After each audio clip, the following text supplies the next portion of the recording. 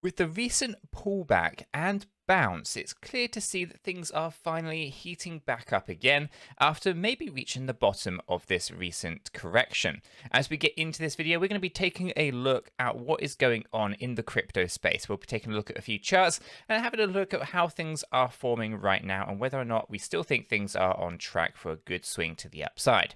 As we get into this video, if you find it useful and informative, hit that like button. Really do appreciate that. If you happen to be new to the channel, why not go ahead and subscribe, tap that bell, select all notifications, and in doing so, you will be kept up to date with everything that we do here at Cheeky Crypto. Right, with all that said, done, and out of the way, let's jump on down to the desktop and take a look at what is going on here. Okay, guys, so we're going to be taking a look at Bitcoin here, just paired with USDT to start with. And basically, this is the weekly chart. We can obviously see the 5 impulsive moves. Ultimately, the bull run should have actually started a little bit earlier than expected, but the pandemic did pull us down unexpectedly, the entire crypto market, along with the stock market, back in March of 2020, right? Everyone's kind of familiar with this. But ultimately, this was a lower point. We call this wave 2 before things really heated up into wave 3. Okay, the pullback for wave 4. This is what a lot of people were calling a bear market. It's just this fourth wave correction, quite a deep one, but you know it's not unexpected or unheard of for a fourth wave correction to perform the way that this one has. And again, we then started to heat up with this fifth wave. Okay, setting higher highs than wave 3, which is how we definitely know it's wave 5 and not just still wave 4. Okay, now when you talk about a wave 5 scenario, it can go to various different levels. You know, there's the kind of most probable areas and things like that.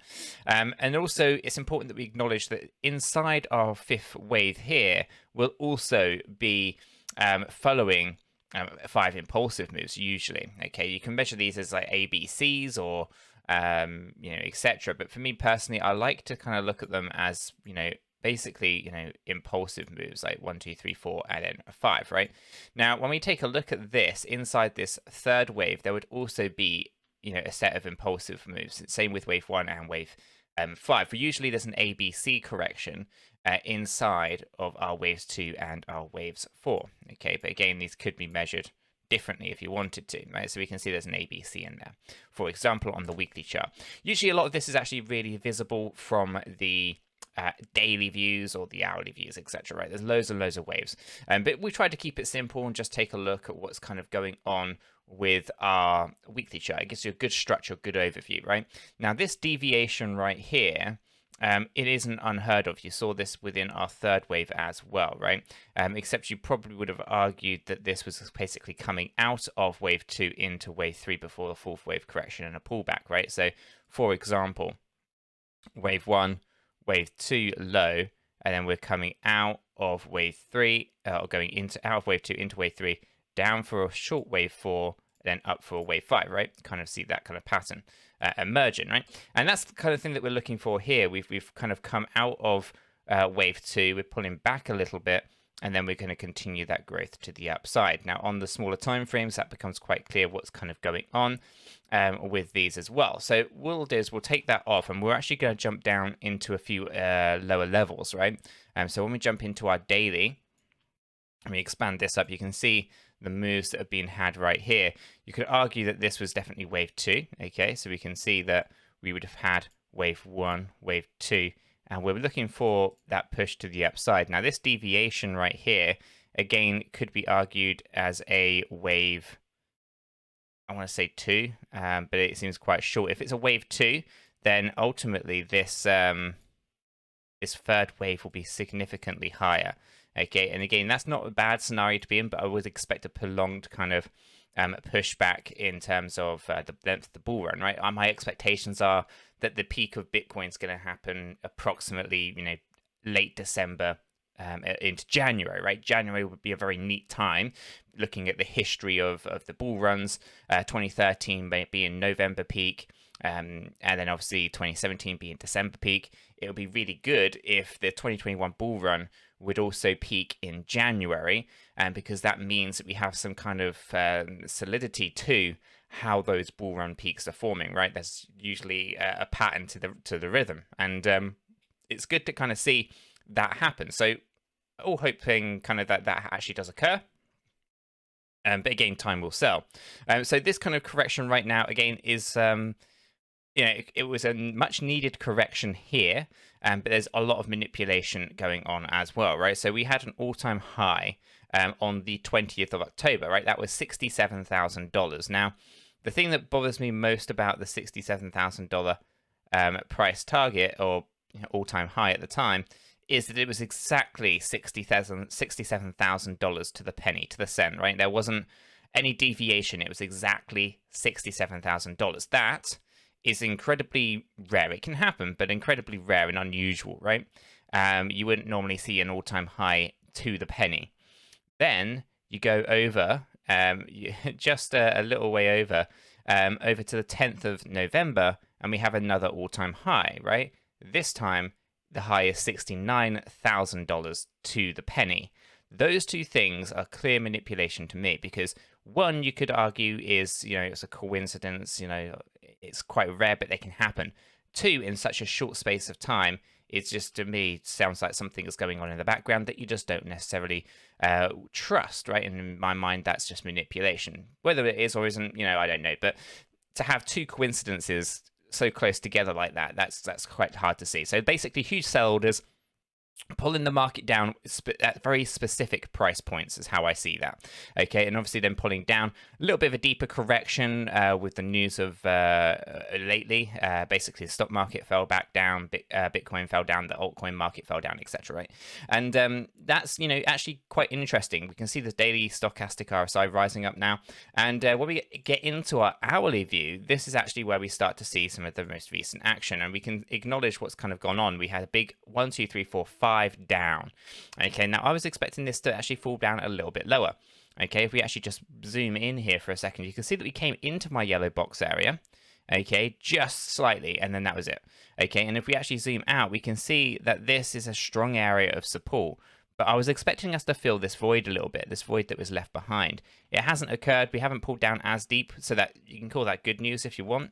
And we've left the gap behind, which always bothers me to a degree, but they don't have to be filled. Just usually they end up getting filled at some point. So right now, yeah, we pulled into the yellow box, but then straight out of here. So that would actually complete our fifth wave right there.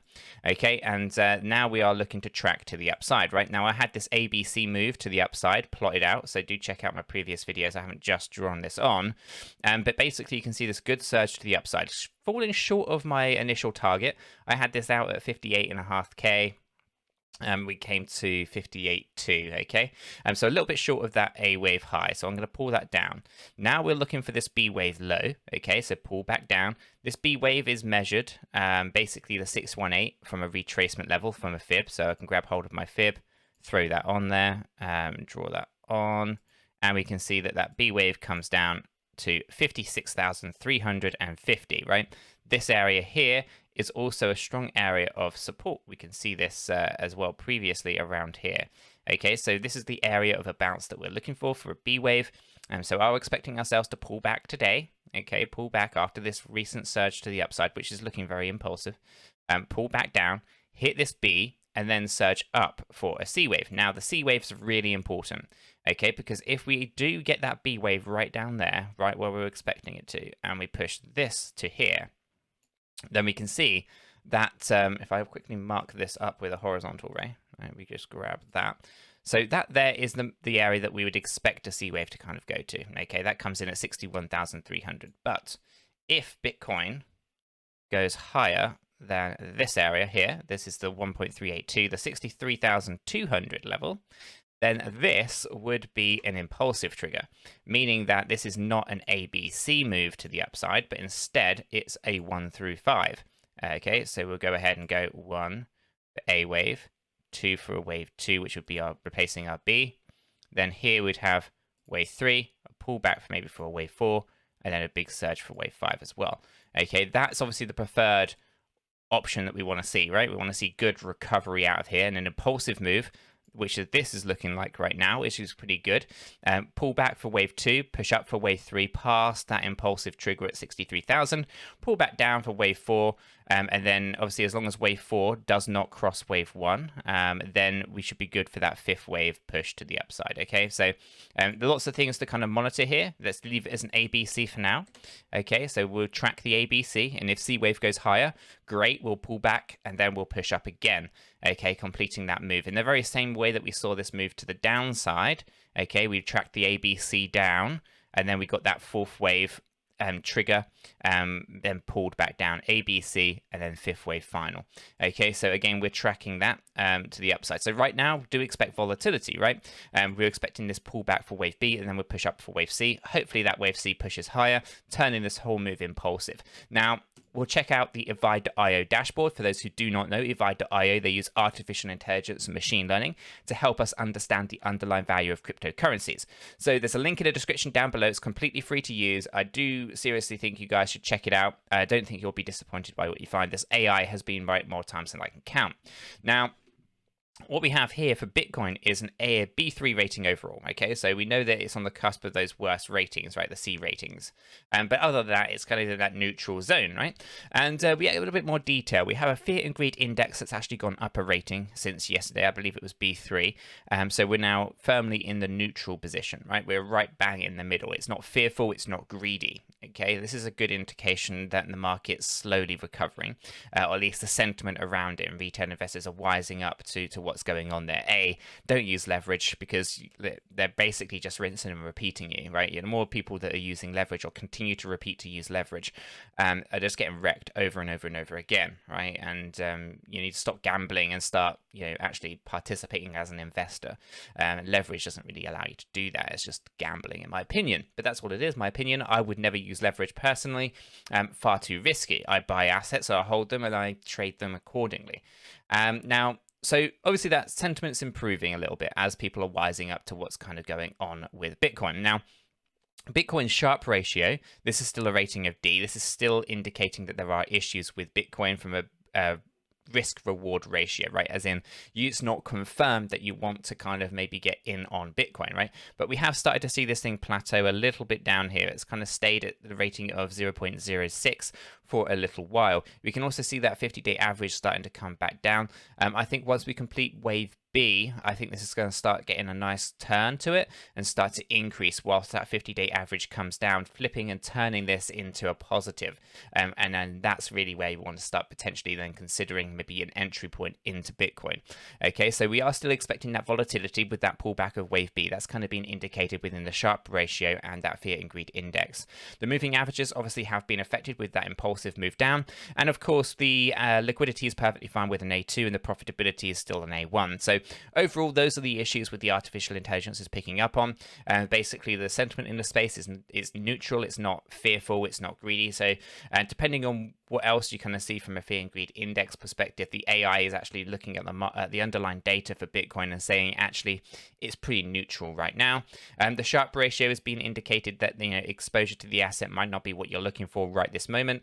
So maybe holding off isn't a bad idea. Okay, now obviously as a hodler, I do have Bitcoin. It's a very small amount of Bitcoin and Ethereum. In fact, I don't hold much of these two assets because they're not really portfolio builders. They are they're a good kind of store of value, and that's about it really.